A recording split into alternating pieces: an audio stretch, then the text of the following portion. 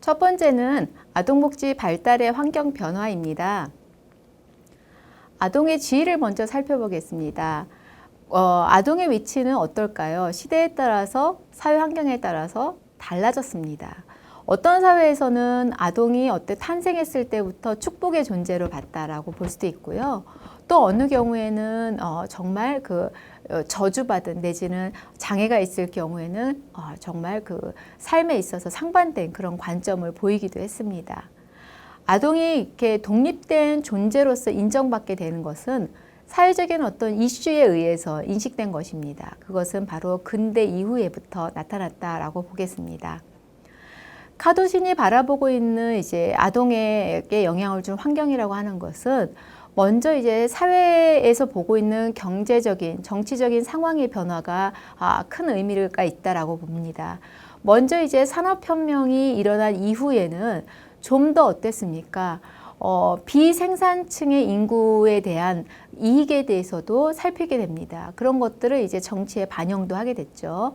그 대상자가 바로 아동이기도 합니다.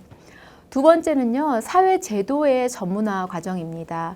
그러니까 서로 간에 도움을 주고받는 그런 과정 안에서 아동보호가 가지고 있는 어떤 기능적인 소멸, 이러한 것들은 새로운 제도에 도입을 하게 되는 그런 과정이 되었다라고 보겠습니다. 세 번째는요, 과학의 발달이 아동기의 발견을 보여줬다라는 것입니다. 뭘 의미하죠?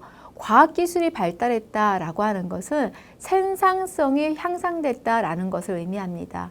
또 한면은 과학이 발달했다라고 하는 것은 인간 발달의 주기를 알게 되고 아동 발달에 관심을 갖게 되었다라는 것이죠. 네 번째는요, 아동의 수가 변화했다라는 것입니다. 그러니까 과학이 발달함으로써 어때요? 네, 인간의 인구가 늘었죠. 그러므로 인해서 생산성이 향상되게 되었습니다.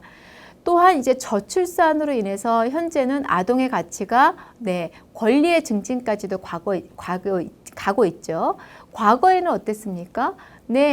한 아이만 잘라 잘 기르자라고 했지 않습니까? 최근에는요, 한 마을이 한 아이를 키워야 된다라고도 얘기하고 있습니다.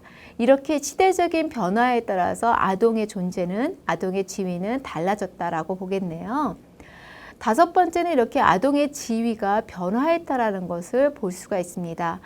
부모가 과거에는 부모의 어떤 소유물로서 자식을 봤다라고 하면 이제는 그런 인식이 아동 자체의 존중감, 아동으로서의 권리, 인정이 됐다라는 것이죠. 이런 것들은 바로 유엔의 아동권리 협약에서도 볼 수 있는 것이고요. 그로 인해서 미성숙한 아동들을 책임을 가지고 의식을 가지고 아동을 잘 길러야 된다라는 사회적인 이슈가 일어나게 됐습니다. 여섯 번째는요, 아동의 교육 환경에 의해서 역기능적인 현상이 발생했습니다.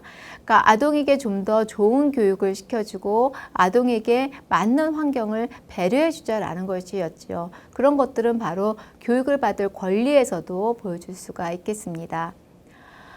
인식도 달라지고 있습니다. 20세기에 들면서 아동권, 아동에 대한 생각이 달라지고요. 아동을 권리의 주체자로서 바라보게 됐다라는 것입니다. 그래서 아동복지 사상에 대한 부분들을 더 펼치게 됩니다. 이러한 노력은 바로 아동학자들이 보여주고 있는 심리학자들이 아동기의 중요성들을 언급했기 때문입니다. 그 대표적인 주자가 프로이드, 에릭스, 피아제, 컬버그 이런 학자들이 그랬죠. 물론 아동이라고 하는 부분들은 성인의 어떤 종속물로도 봤던 시대도 있었습니다. 그리고 어른의 축소판으로도 봤었습니다. 근데 이것은 결코 옳은 아동관이 아니었죠. 독립된 인격체로서 그 다음에 무한한 잠재 능력이 있는 가능성의 존재로 인정하기까지 아동을 바라보는 인식은 달라졌다라고 보겠습니다. 그런 측면에서 앨런 키 같은 경우에는 모든 아동은 생명과 복원, 그 다음에 그 안에 살아야 될 거, 교육받아야 될 거, 노동으로부터의 자유, 그 다음에 여가활동을 즐길 권리, 이러한 것들을 공공부조 측면에서 강조해 나갔습니다. 공공부조는 뭐죠? 그